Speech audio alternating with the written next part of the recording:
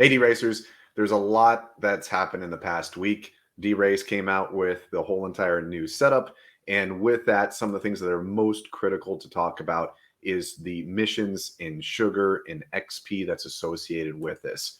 So all of us here, we all got access to this, of course. So you're inside your stables, you can see where your horses are. Now, for me, for the last week, I've been going like mad. I had 8 horses. I bought another one just yesterday. So you could see as I scroll through, I've finished almost every single daily, weekly, and monthly mission of all of my horses. This one's new, but it's been an absolute grind. I've been focusing heavily on this, trying to get my maximum sugar and just constantly going and going and going without a bot.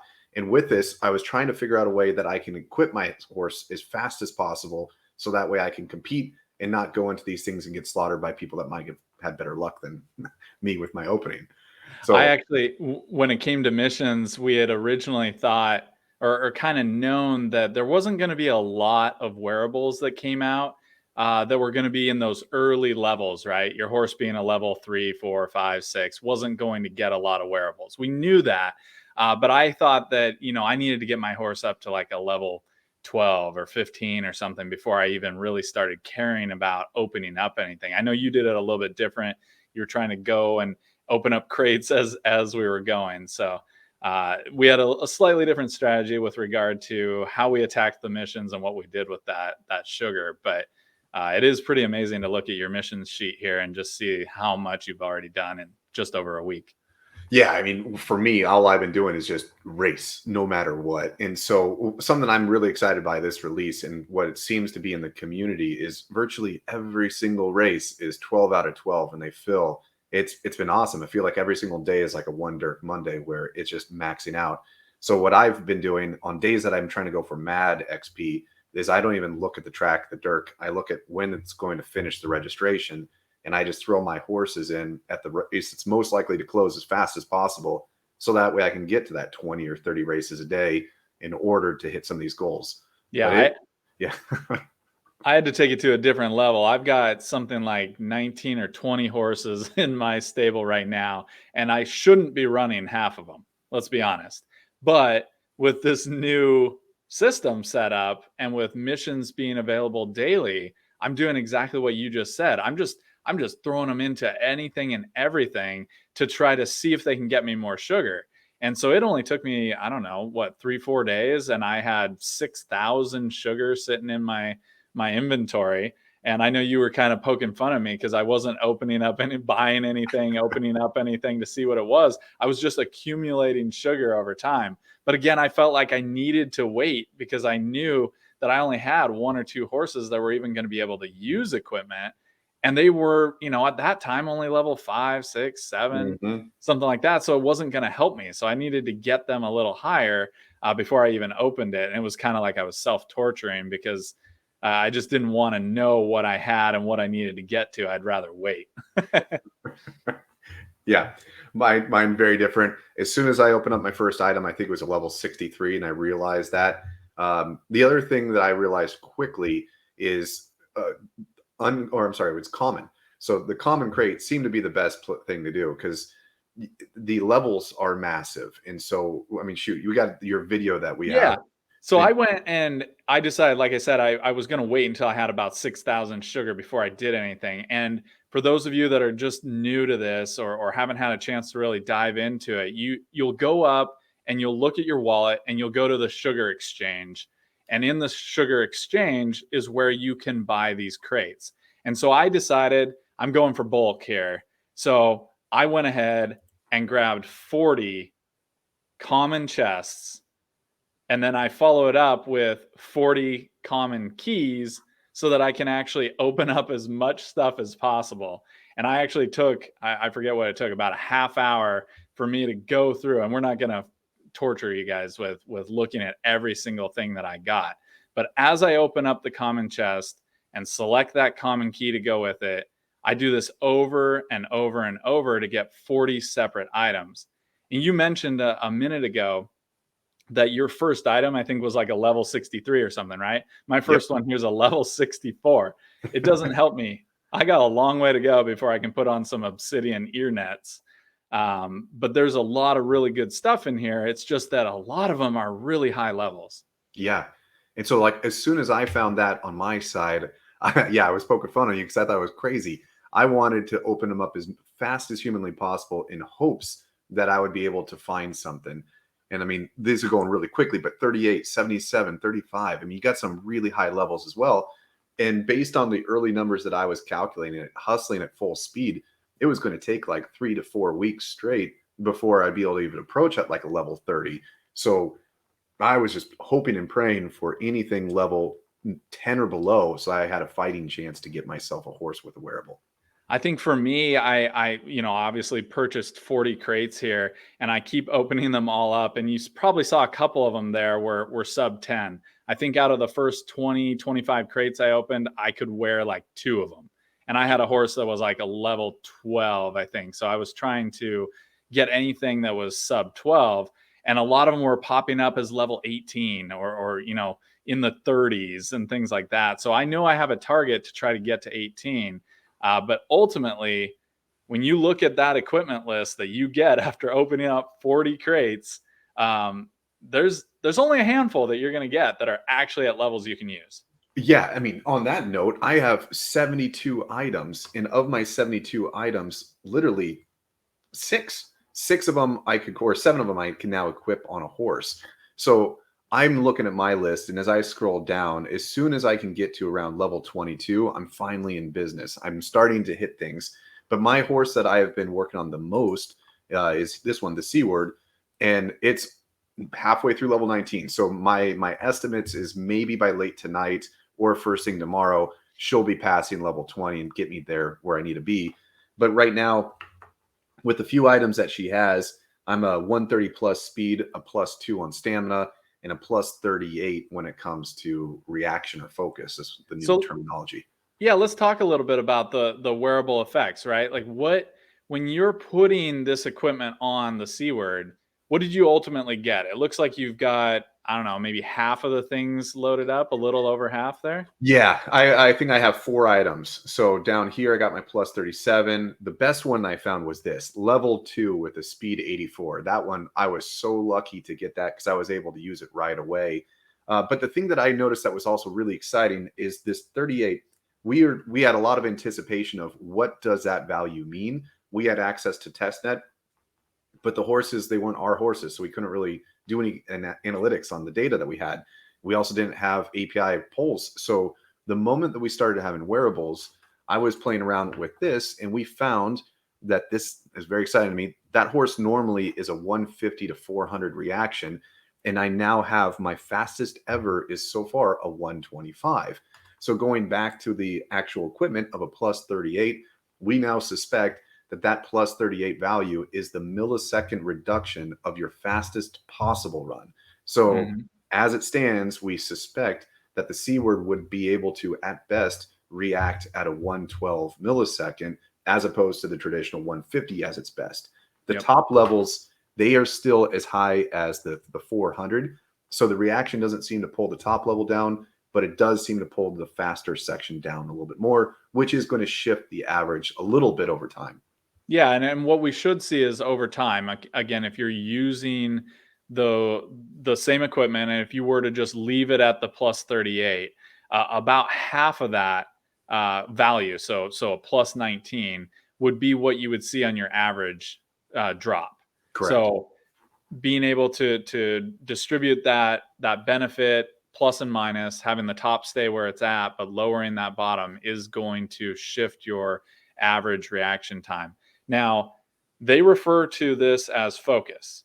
And one of the strategies with regard to putting equipment and wearables on your horse is to understand which thing your horse needs more of for any particular type of race that you want to focus on, or in this case, when we're talking about reaction, being able to get out of the gate as fast as possible. We know that reaction is about that jump, getting out the gate, but there's other things that focus could have an effect on, Mhm. and I think we're going to start seeing more study being done on the data now that we can compare horses prior to having equipment and then obviously afterward. But for you guys out there that are looking to add equipment on there, I think early on you're just going to see people adding and adding and adding and adding. It isn't like you're focusing for a specific number. You're going to be adding as much as you can. Yeah. The other thing that I've realized too is like going back and looking at my equipment here. As soon as the C word is able to approach like that level 22, level 23, there are items that are going to replace what she's already wearing.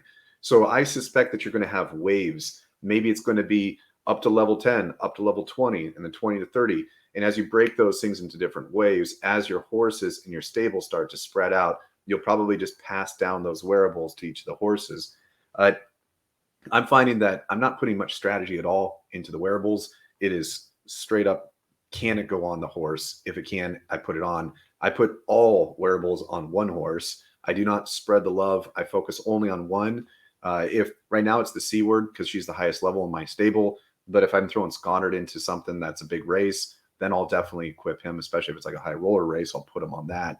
So but yeah, before we jump over to like strategies with the particular racing, I wanted to talk about one of the other things that you see here on screen. You've got multiple blankets that I can see. I'm nine. Talk a little bit about what you know about what these blankets are going to be able to do. Yeah, so the blankets, this is a for Gen Zeros right now because it's a breeding blanket. So by equipping a horse with the breeding blanket, you could see the hours reduced to the cooldown. So as I understand it, I haven't been able to breed yet because I haven't gotten to that level yet. But once I have this blanket on, when you breed, you have to be wearing the blanket, and then it does whatever the cooldown calculation, and then it subtracts this. What I do not know is if you could take the blanket off afterwards, or if it's something that you have to leave on the horse for the whole entire duration. But I thought that was going to be a concern, but I have 9 blankets. I don't even have 9 Gen Zeros. So I'm not sweating it. Every horse can have its own blanket. Awesome. And then talking a little bit about the strategy for racing itself. Like I know for me, I had so many horses, and I'm still have so many horses that I am trying to get their dailies done. And a lot of them, I know I refer to half my stable as donkeys, and they really are. They're really bad, some of them, but I'm still running them. Being able to race, let's say half a dozen races to get your daily missions done, be able to earn that 30 to 40 to 50 sugar seems to still be worth the dirk cost. But I tend to focus on these unequipped races.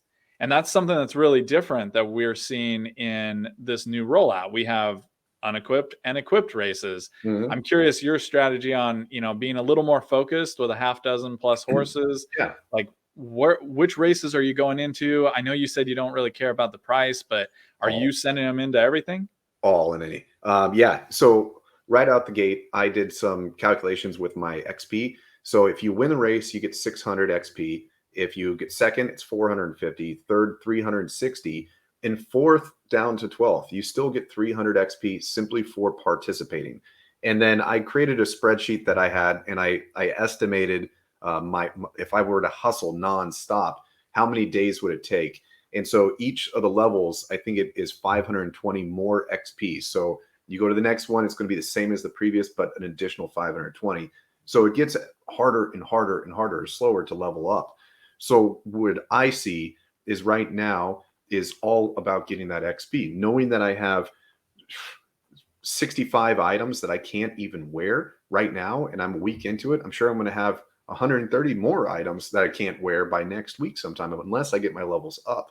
So all I'm doing is throwing my horses into anything and everything. Literally. So are you losing Dirk doing this strategy, or are Some you? days, like last week, I had a really good cycle and I was just cruising it. I was up hundreds of Dirk. This week, I'm down, or starting this week, I'm down like 100 Dirk already.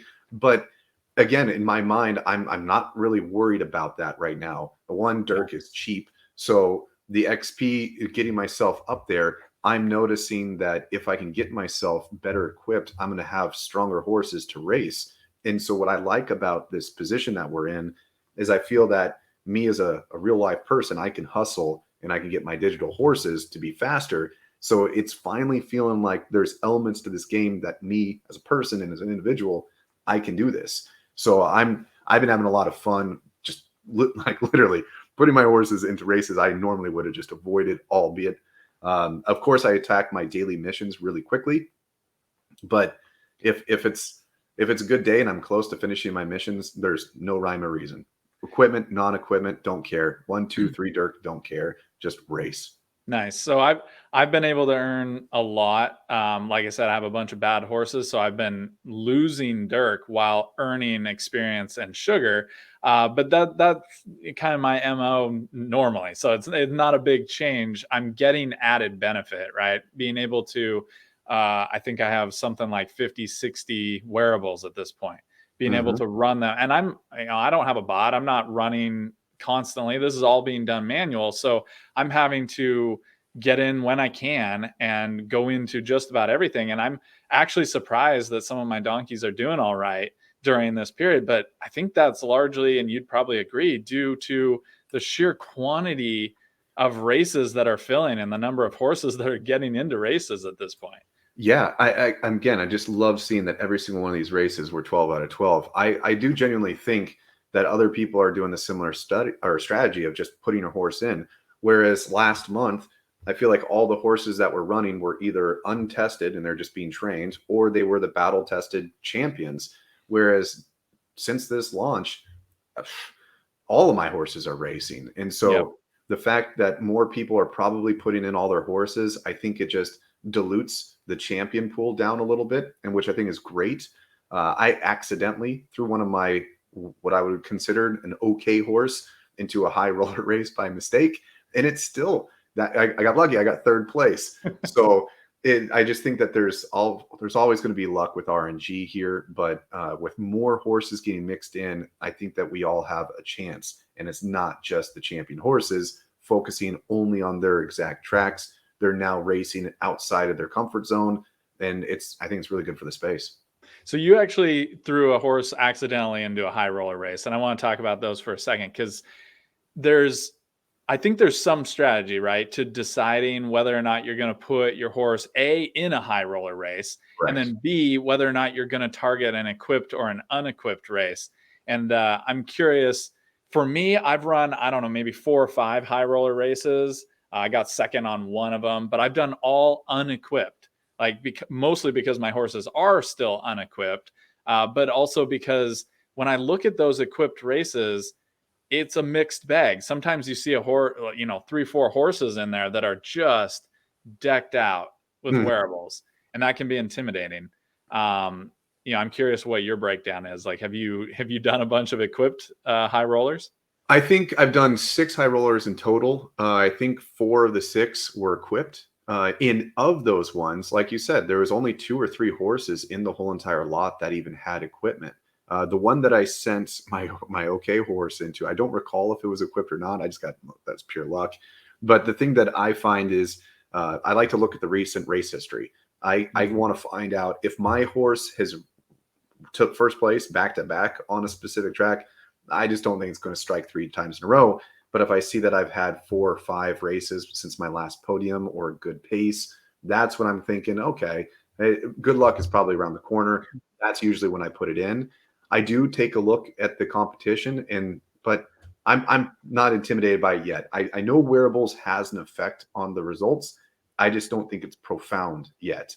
If you had a level 80 horse deck to the T, yeah, I bet that thing's going to be a screamer. But right now, I think the most is a level 22, maybe. So Yeah. the pack is still really tight right now.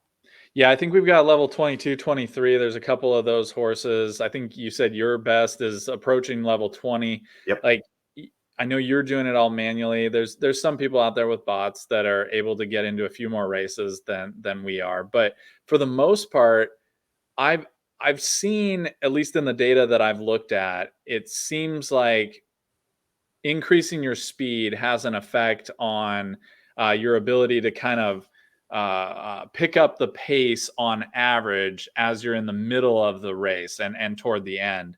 But there's other wearables out there that are focused on getting you better reaction. Hmm.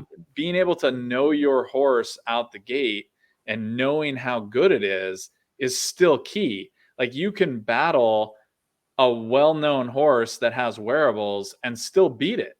It's Yeah. still going to be possible because the range of rolls that have to occur over and over and over and over. If you're doing a 100 or a 15 furlong race, you got 150 separate individual rolls that are happening. Like, and the range for those we know can be, 1,000 plus milliseconds to 1,500 milliseconds. Like Mm-hmm. the range is huge. Just because a horse can go super fast doesn't mean that it will. Yep. It's still a dice roll on every single one of those tenths of a furlong. And that's really important to understand if you're out there wondering if your horse will never be able to compete because it's only got half the wearables another horse has. Yeah.